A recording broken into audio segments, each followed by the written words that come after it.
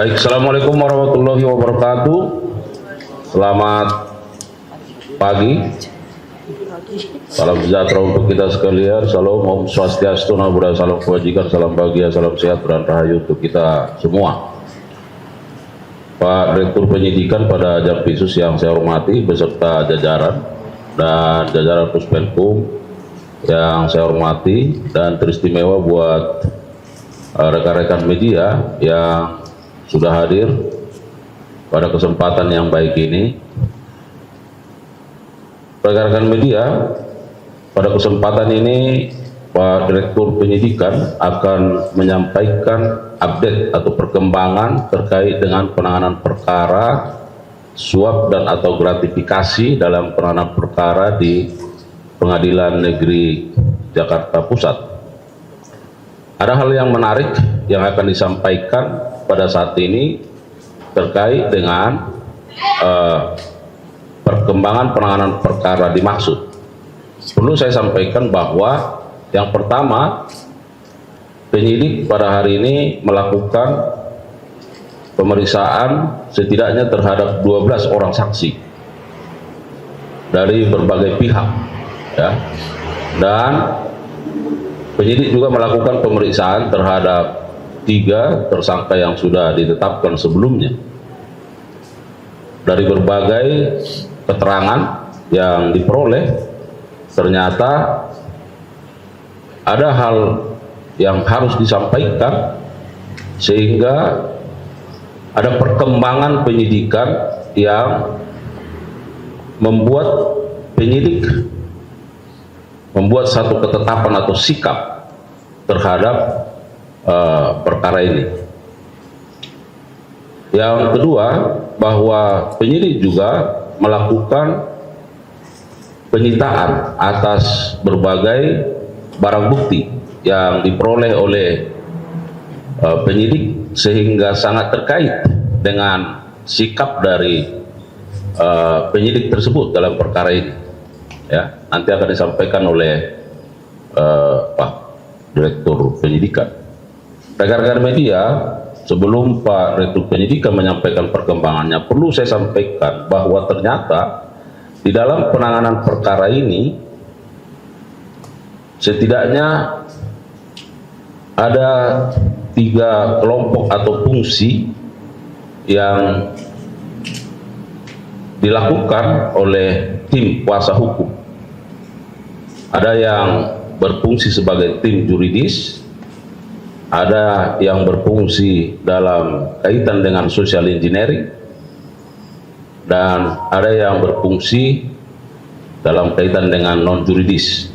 Nah, seperti apa nanti terkait dengan 3 fungsi ini yang juga pada akhirnya membuat sikap dari penyidik, tentu kita akan simak bersama, ya. Oleh karenanya, rekan-rekan media, terima kasih sekali lagi, dan kami persilakan kepada Pak Direktur Penyidikan untuk menyampaikan rilis perkembangan terkait dengan penanganan perkara ini. Kami persilakan. Terima kasih. Assalamualaikum warahmatullahi wabarakatuh. Waalaikumsalam. Selamat malam, salam bahagia dan salam sejahtera bagi kita semua. Yang saya hormati Bapak Kapus Penkum, para Kasubdit, teman-teman wartawan yang selalu setia mengikuti perkembangan perkara ini. Untuk itu, dalam kesempatan ini saya akan menyampaikan perkembangan penyidikan tindak pidana korupsi dan atau gratifikasi terkait penanganan perkara di Pengadilan Negeri Jakarta. Sebagaimana telah kami sampaikan kemarin, dugaan perkara korupsi, suap dan atau gratifikasi. Pada hari ini, Senin tanggal 21 April 2025, penanganan tindak pidana korupsi, suap dan atau gratifikasi terkait penanganan perkara di Pengadilan Negeri Jakarta Pusat berdasarkan surat perintah penyidikan nomor print 23 tanggal 11 April 2025 dalam perkara aku penyidik melakukan penyitaan di beberapa tempat yang pada siang tadi dilakukan penggeledahan.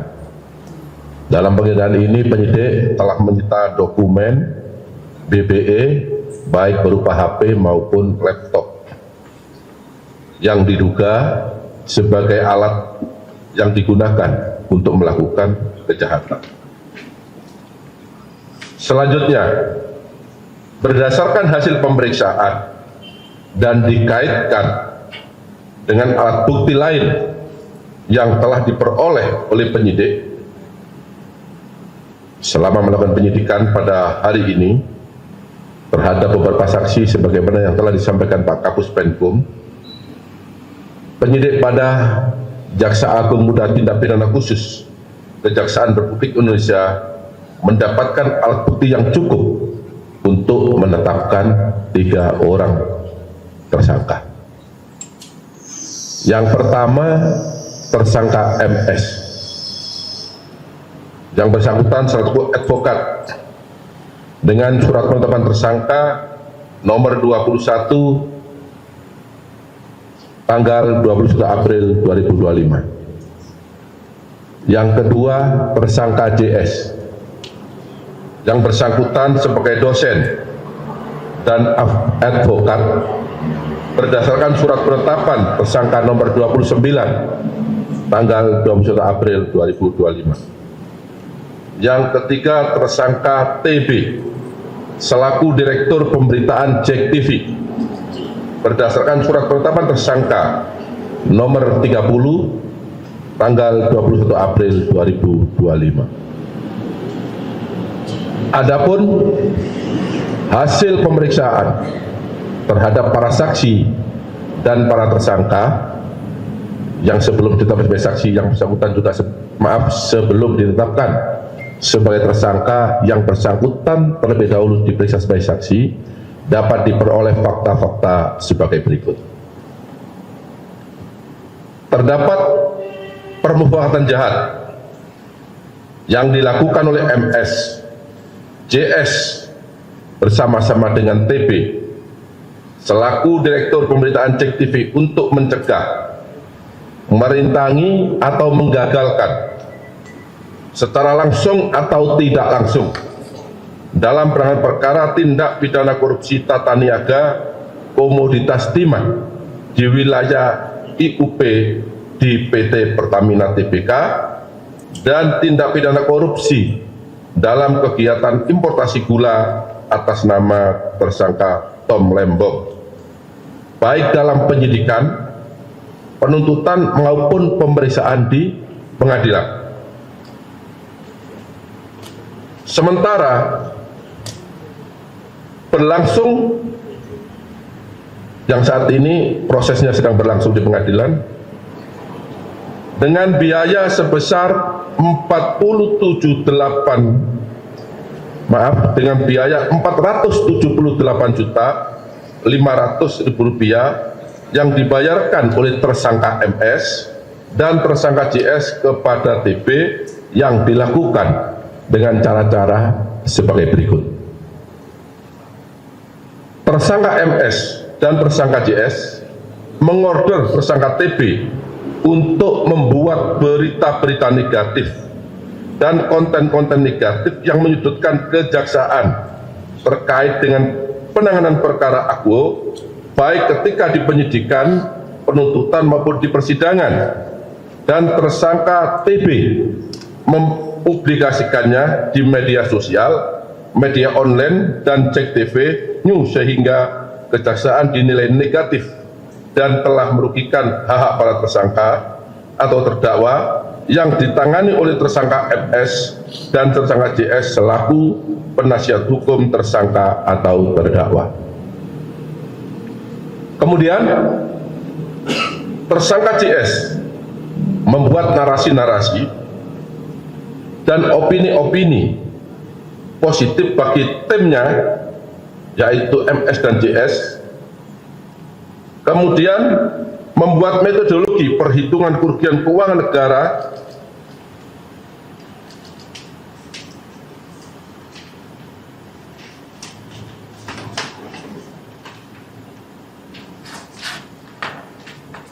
dalam penanganan perkara akuo yang dilakukan kejaksaan adalah tidak benar dan menyesatkan, dan kemudian tersangka TB dan kemudian menuangkannya dalam berita di sejumlah media sosial dan media online. Tersangka MS dan tersangka JS membiayai demonstrasi-demonstrasi dalam upaya untuk menggagalkan penyidikan, penuntutan, dan pembuktian perkara akuo di persidangan sementara berlangsung, dan tersangka TB kemudian mempublikasikan narasi-narasi demonstrasi tersebut secara negatif dalam berita-berita tentang kejaksaan. Tersangka MS dan tersangka JS menyelenggarakan dan membiayai kegiatan seminar-seminar, podcast, dan talkshow di beberapa media online dengan mengarahkan narasi-narasi yang negatif dalam pemberitaan untuk mempengaruhi pembuktian perkara di persidangan, kemudian diliput oleh tersangka TB dan menyiarkannya melalui Cek TV dan akun-akun official Cek TV, termasuk di media TikTok dan YouTube. Tersangka TB memproduksi acara TV show melalui dialog, talkshow, dan diskusi panel di beberapa kampus yang diliput oleh Cek TV. Tindakan yang dilakukan oleh tersangka MS, tersangka JS, dan tersangka TB dimaksudkan bertujuan untuk membentuk opini publik dengan berita negatif yang menyudutkan kejaksaan maupun Jampitsus dalam penanganan perkara tindak pidana korupsi tata niaga timah maupun perkara tindak pidana korupsi tata niaga gula, baik saat penyidikan maupun di persidangan yang saat ini sedang berlangsung, sehingga kejaksaan dinilai negatif oleh masyarakat dan perkaranya tidak ditindaklanjuti ataupun tidak terbukti di persidangan.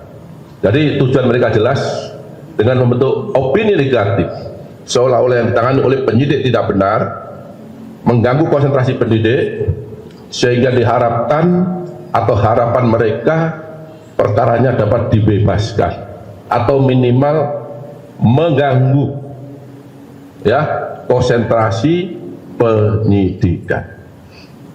Selain daripada itu, para tersangka juga melakukan perbuatan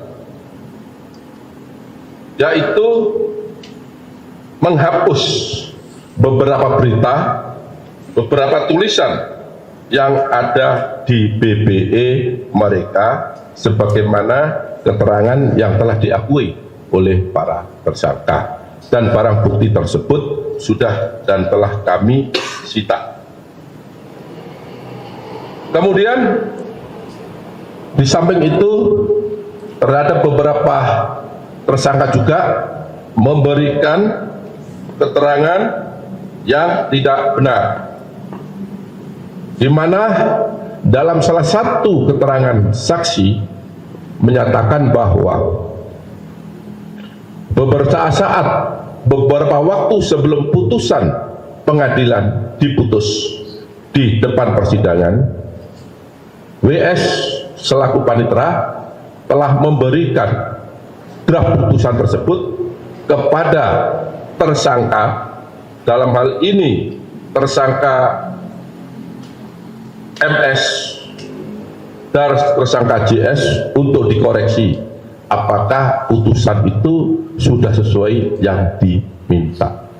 Tetapi di dalam fakta penyidikan, kedua tersangka tersebut tidak mengakui dan mengingkari fakta yang sesungguhnya. Sehingga dapat disampaikan bahwa terhadap beberapa hal yang dilakukan tadi, maka termasuk unsur orang yang sengaja merusak bukti-bukti dalam perkara korupsi. Yang kedua, juga masuk orang yang memberikan informasi palsu atau informasi yang tidak benar selama proses penyidikan. Kemudian dapat saya sampaikan juga bahwa pasal yang disangkakan kepada tersangka MS yang bersangkutan diduga melanggar pasal 21 Undang-Undang Nomor 31 Tahun 1999 tentang pemberantasan tindak pidana korupsi sebagaimana diubah dengan Undang-Undang Nomor 20 Tahun 2001 junto pasal 55 ayat 1 ke 1 Kitab Undang-Undang Hukum Pidana. Kemudian untuk tersangka JS yang bersangkutan diduga melanggar pasal 21 Undang-Undang 31 tahun 1999 sebagaimana telah diubah dengan Undang-Undang Nomor 20 tahun 2001 tentang pemberantasan tindak pidana korupsi junto pasal 55 ayat 1 ke 1 KUHP. Kemudian untuk tersangka TB yang bersangkutan diduga melanggar pasal 21 Undang-Undang Nomor 31 tahun 1999 sebagaimana diubah dengan Undang-Undang Nomor 20 tahun 2001 tentang pemberantasan tindak pidana korupsi junto pasal 55 ayat 1 ke 1 Kitab Undang-Undang Hukum Pidana.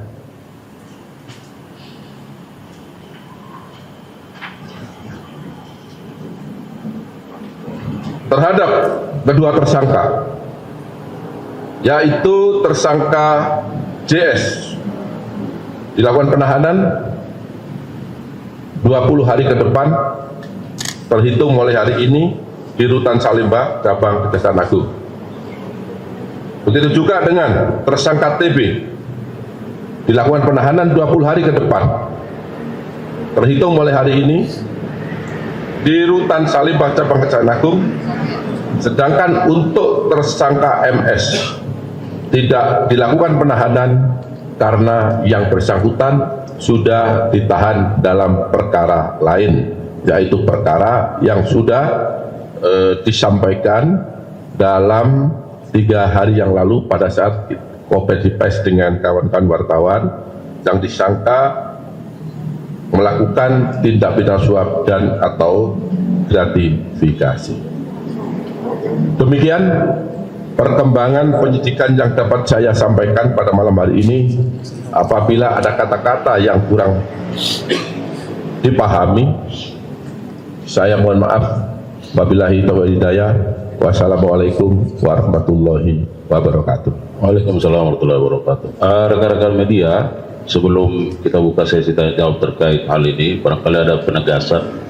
Yang pertama bahwa perbuatan yang dilakukan oleh TB adalah merupakan perbuatan personal, ya, yang tadi sudah disampaikan oleh Pak Direktur Penyidikan bersama-sama dengan JS dan MS. Itu yang harus kita pahami bersama. Yang kedua, bahwa tentu MS sudah 2 kali ditetapkan sebagai tersangka dalam perkara dugaan suap dan atau gratifikasi, dan yang pada saat ini dalam perkara perintangan terhadap penyidikan maupun penuntutan. Kemudian yang ketiga, bahwa tadi yang sudah kami sampaikan dalam penanganan perkara terhadap perkara korporasi, bahwa tim juridis bertugas mewakili korporasi dalam persidangan. Jadi yang melakukan penandatanganan terkait dengan proses persidangan itu dilakukan oleh tim juridis. Sedangkan tim social engineering bagaimana membentuk opini publik. Tadi Pak Direktur Penyidikan sudah menyampaikan, melakukan demonstrasi, membuat seminar-seminar, membuat konten-konten yang semuanya direkayasa sedemikian rupa untuk membentuk opini publik, supaya opini publik negatif terhadap kinerja institusi ini dalam penanganan perkara, khususnya perkara tindak pidana korupsi. Sedangkan tim non juridis dia bertugas melakukan teknik-teknik yang bersifat di luar hukum, yang tentu dilakukan oleh baik JS, MS bersama-sama dengan TB. Barangkali itu beberapa penegasan rekan-rekan media. Sekali lagi terima kasih.